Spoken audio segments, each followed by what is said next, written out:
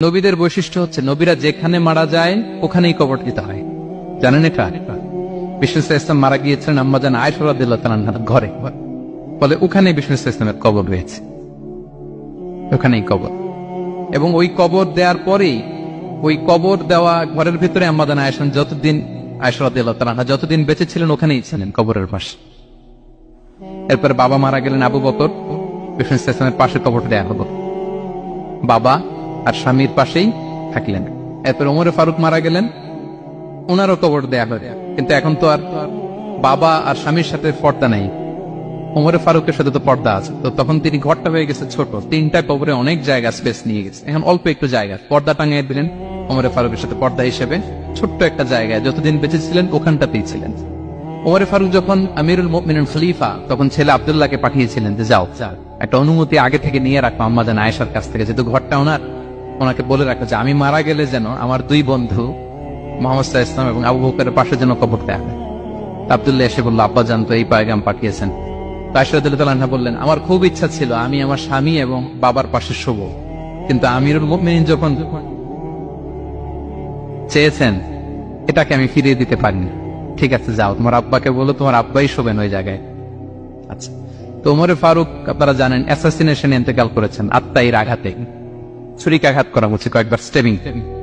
এত জখম হয়েছে, দুধ দিলে ওই জায়গা দিয়ে দুধ বের হয়ে যায় না, বীজ পানি দিলে বের হয়ে যায়। তো সবাই বলল, আমিরুল মুমিনিন আপনি এবার ওসিয়ত করেন, কে হবে আপনার পরে লিডারশিপ, কে নিবে? মুসলিম উম্মাত অনেক বড় হয়ে গেছে। তখন তিনি ওসিয়ত করলেন এবং ছেলেকে আব্দুল্লাহকে আবার বললেন যে আব্দুল্লাহ আবার যাও, যে আম্মাজানের থেকে অনুমতি নাও। বলতেছে অনুমতি না নিলাম আর অনেক আগে, উনি তো বলছে আপনি মারা গেলে ওখানেই শোবেন। বলতেছে না, তখন আমি আমিরুল মুমিনিন ছিলাম, এখন তো কিছুক্ষণ পরেই মারা যাবে, এমন হতে পারে আমার ভয়ে বা লজ্জায় তখন অনুমতি দিছে, এখন আর দিবেন, আবার যাও। আবার গেল। আয়েশা রাদিয়াল্লাহু তাআলা আনহা বললেন, না এখন আমি আগের কথার উপরে আছে, তোমার আব্বাই সেখানে শোক। সুবহানাল্লাহ। ওমরে ফারুক ওখানে শুলেন, তখন তিনি পর্দা আরম্ভ করলেন আম্মাজান আয়েশা।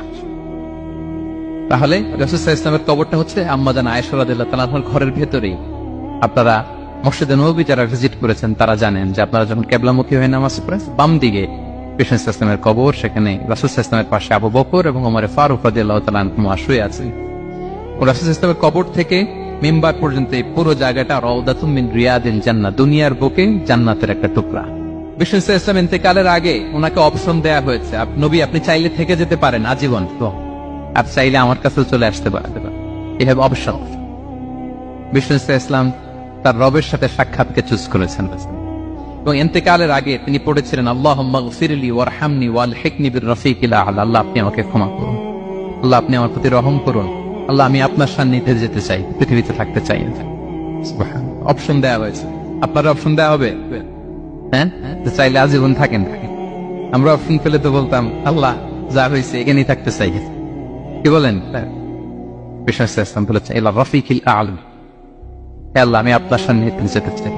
বিষ্ণু সাল্লাল্লাহু আলাইহি ওয়াসাল্লাম ইন্তেকাল করলেন এবং উম্মার জন্য এটা সবচাইতে বড় ফিতনা এবং পরীক্ষা ছিল, এর চেয়ে বড় কষ্টদায়ক বিষয় ছিল না উম্মার জন্য বিষ্ণু সাল্লাল্লাহু আলাইহি ওয়াসাল্লামের ইন্তেকাল। তিনি যখন ইন্তেকাল করলেন সাহাবারা পাগলের মতো হয়ে গেল। ওমরে ফারুক উনি বিশ্বাসই করে না, মানে আমার নবী মরতে পারে এটা উনি ভাবতেই পারেন। উনি নাঙ্গা তলোয়ার বের করে বলতে আরম্ভ করলেন, যে বলবে মুহাম্মদ মারা গিয়েছেন তার গর্দান উড়িয়ে ফেলবে। পরিস্থিতি অত্যন্ত ভয়ঙ্কর। আবু বকর রাদিয়াল্লাহু তাআলা আনহু তিনি আয়াত তেলাওয়াত করলেন, ওমা মুহাম্মাদুন ইল্লা রাসূল ক্বাদ খালাত মিন ক্বাবলিহির রুসুল। মুহাম্মদ রাসূল ছাড়া কিছু নন, তার আগে অনেক রাসূল এভাবে চলে গেছে, তিনি যদি মারা যায় বা শহীদ হয় তোমরা কি আবার আগের কুফরিতে ফিরে যাবে? এই আয়াত যখন তেলাওয়াত করলেন ওমরে ফারুক হাঁটু গেড়ে বসলেন। তিনি বললেন, এই আয়াত তো আমি আগেও জানতাম, অনেক তেলাওয়াত করেছি, কিন্তু আমার মনে হলো এই মাত্র আয়াতটা নতুন করে শুনলাম, এই মাত্রই বোধহয় কোরআনের এই আয়াতটা নাজিল হয়েছে। সাকিফায়ে বনু সাঈদার মধ্যে সবাই বসে আবু বকর রাদিয়াল্লাহু তাআলা আনহুকে খলিফা হিসেবে নির্বাচিত করা হলো।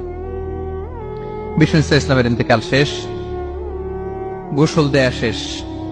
আমরা যেমনি মারা গেলে আমাদের জামা খুলে অন্য একটা জামা পরিয়ে গোসল দেয়া হয়, বিষ্ণু সাল্লাল্লাহু আলাইহি ওয়াসাল্লামের ক্ষেত্রে এটা হয়নি, ওনার গায়ের জামা খোলা হয়নি, যে জামাটা ছিল ওই জামাটার উপরে গোসল দেয়া হয়েছে, ওনার ইউনিকনেস।